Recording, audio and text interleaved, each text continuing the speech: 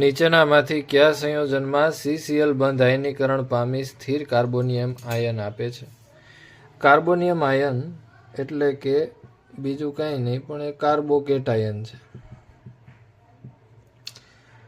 તો આપણે આ બધા ચારે ચાર વિકલ્પોમાંથી Clને દૂર કરીને ચેક કરવાનું છે કે કયો કાર્બોકેટાયન છે એ વધુ સ્થાયી કાર્બોકેટાયન આપે છે.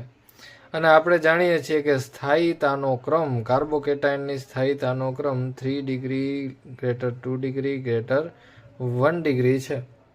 તો આપણે ચેક કરી લઈએ.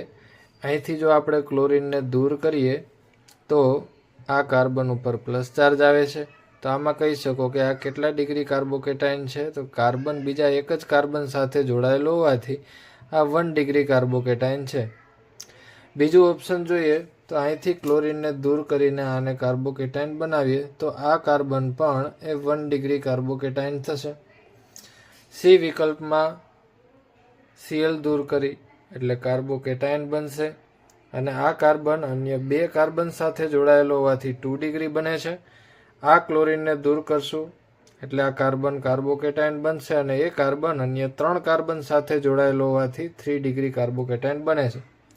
તો આપણો વિકલ્પ ડી છે એ સૌથી વધુ સ્થાયી કાર્બોનિયમ આયન છે કારણ કે એ 3 ડિગ્રી છે.